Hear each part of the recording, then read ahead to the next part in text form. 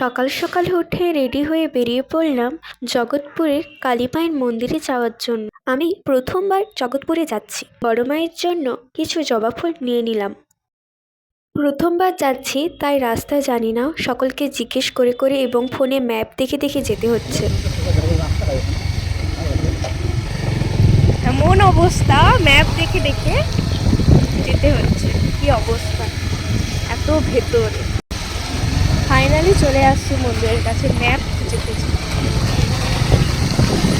সত্যি মন্দিরে এসে যেন আলাদাই এক শান্তি। জগৎপুরে মায়ের মন্দিরে আসার আমার অনেক দিনের ইচ্ছে ছিল, কিন্তু কখনোই আসা হয়নি। কিন্তু বড় মা আমার সব স্বপ্ন পূরণ করে দিচ্ছে, তাই না এসে আর থাকতে পারলাম না।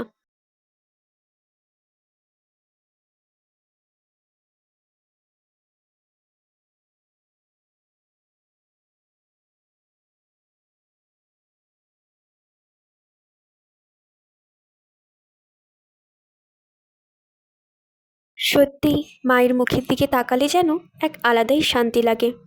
পুজো দিয়ে এসে বাইরে ধূপগুলো জ্বালিয়ে দিলাম।